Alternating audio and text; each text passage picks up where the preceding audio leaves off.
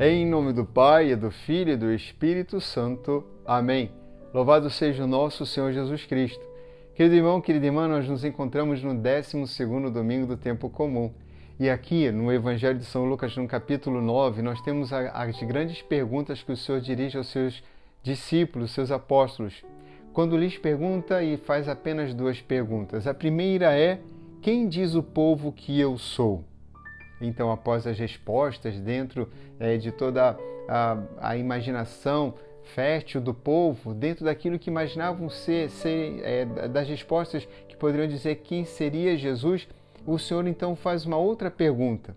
E vós, quem dizeis que eu sou? Temos aqui então a grande resposta de Pedro, o Cristo de Deus.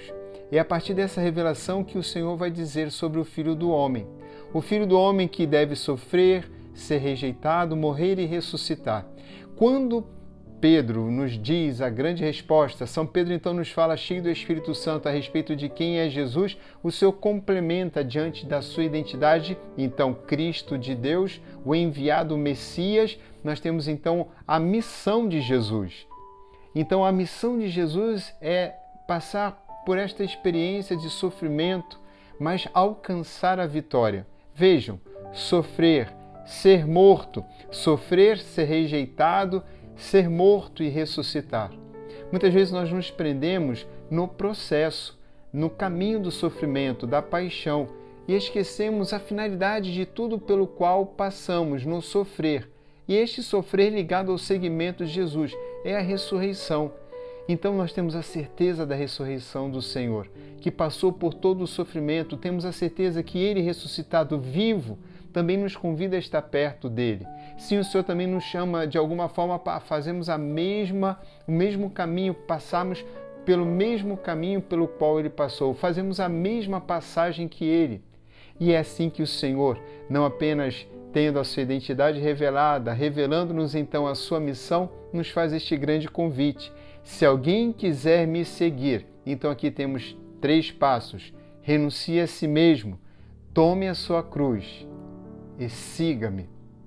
É preciso renunciar a si. É preciso, portanto, compreender, diante da escuta amorosa de um espírito de oração, o chamado que o Senhor faz. Renunciar a si mesmo nada mais é do que deixar de lado os nossos projetos e planos pessoais egoístas baseados na nossa vontade de sucesso, vitória, a partir da competição, para olharmos um pouco mais além. Movidos pelo Espírito Santo, encontrarmos um sentido para a nossa vida que vai além daquilo que mundanamente podemos enxergar, mas podemos olhar a realidade do mundo com os olhos de Deus, com o nosso interior iluminado para ver também um mundo mais iluminado e assim darmos uma resposta generosa ao dom da vida, doando a nossa vida.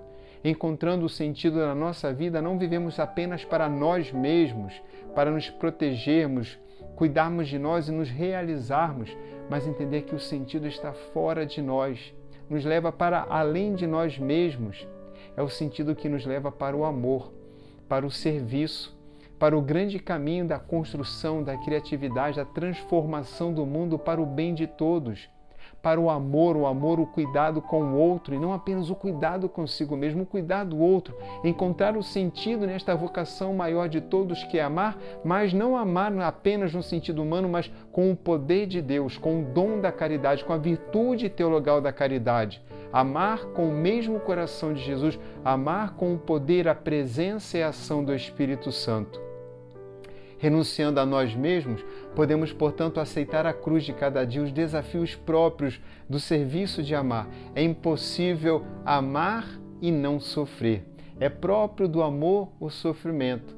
É próprio do amor se deixar sensibilizar pela dor do outro e assim responder a todas as necessidades e as demandas que o mundo nos coloca, encontrando então este grande sentido para a própria vida, encontrando o sentido no serviço, no amor, no cuidado, na resposta generosa, nos desafios, ao ponto de podermos amar como Cristo amou, amar até mesmo, e especificamente assim seremos compreendidos e percebidos como cristãos, amando os nossos inimigos.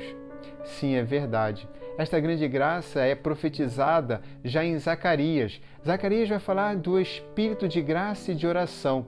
O espírito de graça e de oração é a grande graça deste tempo de oração, também da ablução e purificação, da grande graça da limpeza interior. Quando as pessoas olhassem, então vai dizer Zacarias, aqueles que feriram de morte, chorando por ele, chorando como se chora a perda de um filho único, a morte de um primogênito. A profecia que fala de Jesus, olhando e chorando para o Senhor crucificado, aquele que sofreu, foi rejeitado e morreu na cruz e ressuscitou.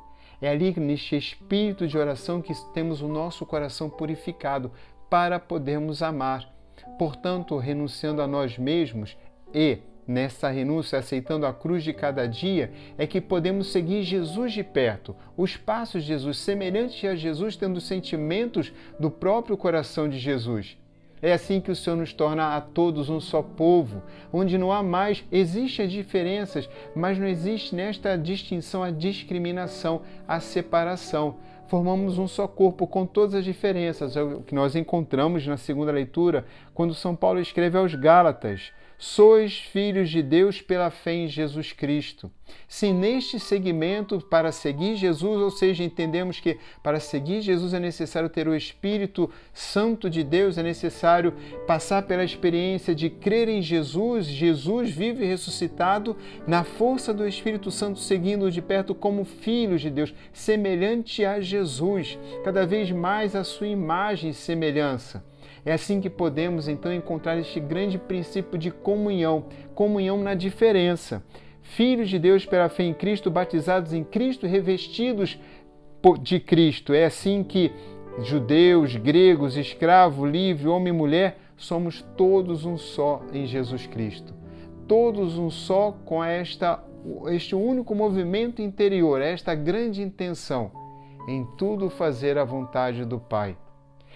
E fazer a vontade do Pai podemos responder, como dizíamos, como nos mostrou Jesus, respondendo à vida com uma vida doada, uma vida vivida no amor, por amor e com amor, mas não um amor qualquer. O amor que nos move dentro do sentido das potências humanas com a graça de Deus. É a capacidade humana de amar, acrescido da virtude da caridade, da virtude teologal do amor. Amar como Jesus amou, servir como Jesus serviu.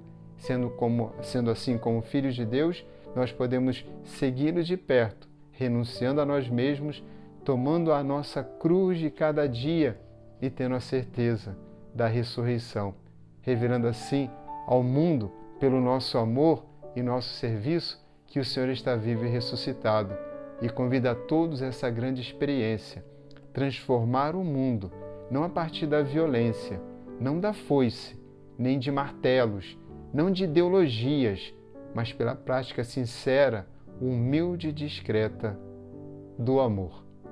O Senhor esteja convosco. Abençoe-vos o Deus Todo-Poderoso, Pai, Filho e Espírito Santo. Amém. A minha alma tem sede de vós, como a terra sedenta, ó meu Deus.